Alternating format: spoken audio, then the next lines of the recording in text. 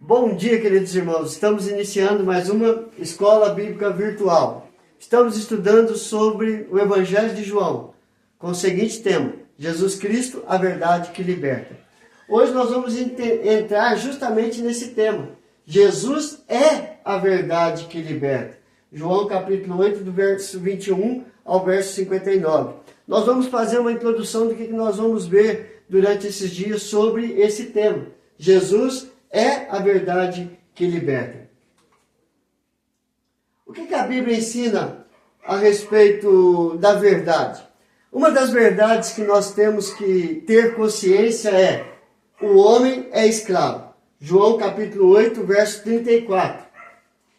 Ela ensina que todo homem é pecador. E nessa condição todos estão despojados de qualquer liberdade. Jesus disse, replicou-lhe Jesus: em verdade vos digo, todo que comete pecado é escravo do pecado. João 8,34. Então nós estamos vendo esta primeira verdade. A verdade que mostra qual é a real condição do ser humano. O ser humano é escravo do pecado, totalmente pecador.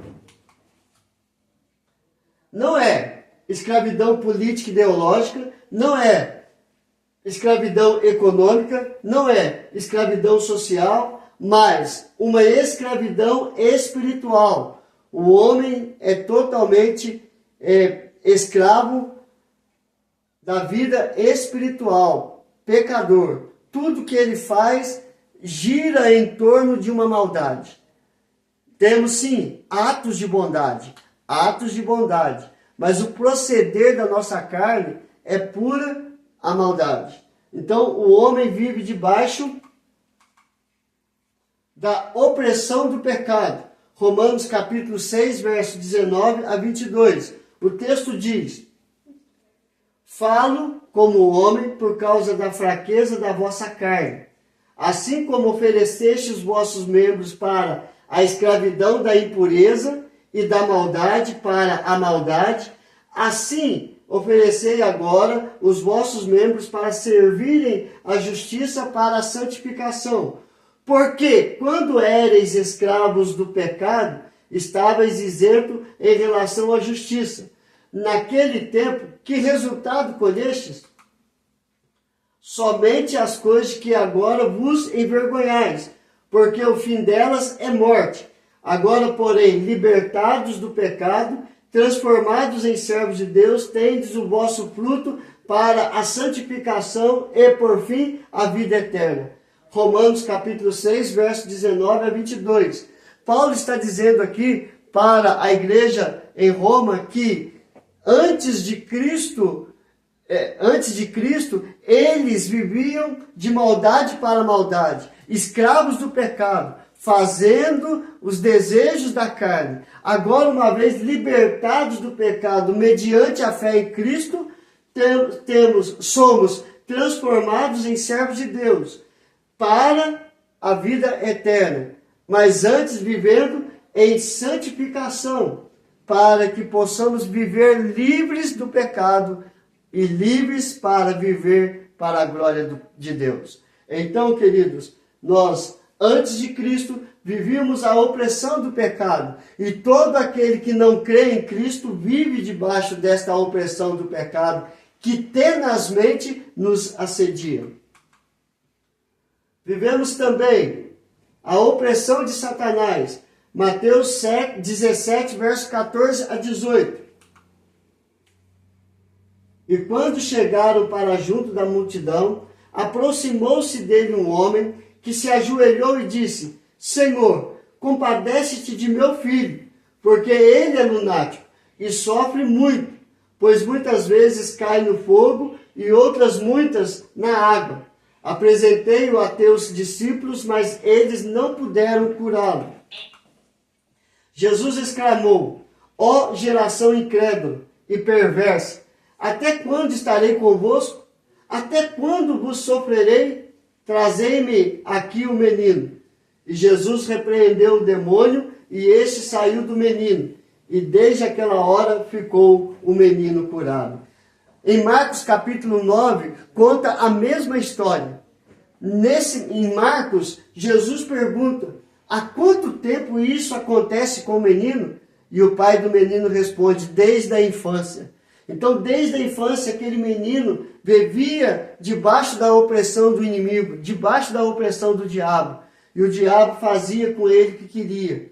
Tentando, em Marcos fala que muitas vezes o inimigo jogou ele no fogo, na água, para tentá-lo matar. Então, aquele que é escravo do pecado vive debaixo da opressão do pecado, vive debaixo da opressão de Satanás. Vive debaixo também da opressão da lei de Deus. Romanos capítulo 7, verso 3 a 6.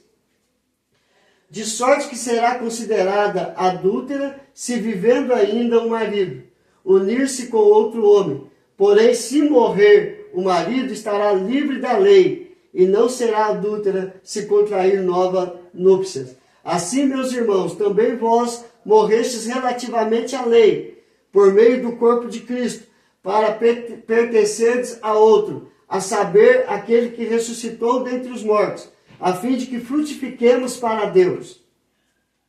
Porque quando vivíamos segundo a carne, as paixões pecaminosas postas em realce pela lei, operavam em nossos membros, a fim de frutificarem para a morte. Agora, porém, libertados da lei, estamos mortos para aquilo a que estávamos sujeitos, de modo que servimos em novidade de espírito e não na caducidade da letra. Ou seja, Paulo está falando para nós que a lei é boa. A lei aponta para o pecado.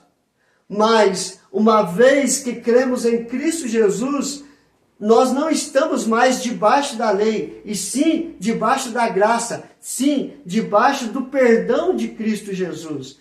A lei, ela nos condenava. Por isso que muitas das vezes fala a opressão da lei de Deus, porque não fazemos por causa da lei. A lei manda isso, a lei manda aquilo. Então, a lei de Moisés apontava para o pecado.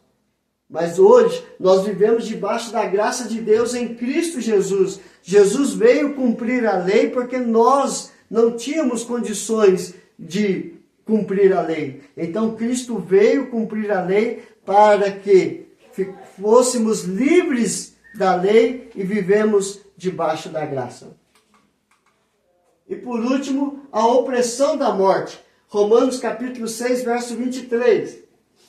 Porque o salário do pecado é a morte. Então, quando Deus deu a ordem para Adão, lá no jardim do Éden, olha, de todas as árvores do jardim você pode comer livremente, menos da árvore do conhecimento do bem e do mal. Porque na hora que você comer, vocês vão morrer. Não a morte física, mas a morte espiritual. O homem desobedeceu, e desobedecendo a lei de Deus está morto nos seus delitos e pecados, como Romanos capítulo 6, verso 23 diz: o salário do pecado é a morte. Romanos capítulo 7, 23. Desventurado homem que sou, quem me livrará do corpo desta morte? Então todo aquele que não crê em Cristo Jesus e que vive fazendo a depravação da carne, é escravo do pecado, é escravo de Satanás, é escravo da lei e é escravo também da morte espiritual. Estamos separados de Deus, estamos separados da glória de Deus, estamos separados da santificação de Deus, porque estamos mortos. Sem Cristo não temos vida. Nós só vamos ter vida quando cremos em Cristo Jesus. Então, qual é a solução para o problema? A solução para o problema, Romanos capítulo 7, 25. Paulo, no capítulo 7, verso 23, ele diz que o salário do pecado é a morte. Romanos 6, 23. Romanos 7, 23 fala: desventurado o homem que sou, quem me livrará do corpo desta morte? E aqui temos a resposta. Graças a Deus por Jesus Cristo, nosso Senhor, de maneira que eu, de mim mesmo, com a mente, sou escravo da lei de Deus, mas segundo a carne, da lei do pecado. Graças a Deus por Jesus Cristo, nosso Senhor. Somente por meio de Cristo Jesus, nós somos livres da escravidão do pecado, da escravidão de Satanás, da escravidão da lei e da escravidão da morte. Cristo, ele veio morrer para nos dar vida. Ele morreu a nossa morte e nós vivemos porque ele ressuscitou e por meio da sua ressurreição nós temos a vida eterna. O estudo de hoje, que nós vamos começar hoje, apresenta Jesus e é o que vamos estudar. O estudo que nós vamos ter durante essa semana apresenta a Jesus, a verdade que liberta, a verdade que cura, a verdade que restaura, a verdade que nos dá a vida eterna. E isso nós vamos estudar a partir de amanhã. Vamos orar, queridos? Senhor, graças te damos pelo teu grande amor para conosco. Trabalhe isso em nossas vidas, ó Pai, para que possamos entender que sem Cristo nós somos escravos do pecado, do inimigo, somos escravos da lei, somos escravos da morte. E Cristo veio nos libertar do império das trevas e nos transportar para o reino da luz, para o reino do Pai, por meio da sua morte e ressurreição. Que isso, Senhor Deus, traga vida e esperança a todos que estão perdidos nos seus delitos e pecados, para serem salvos mediante a fé em Cristo Jesus. Em nome de Jesus nós oramos e agradecemos hoje e sempre. E até amanhã, se Deus quiser.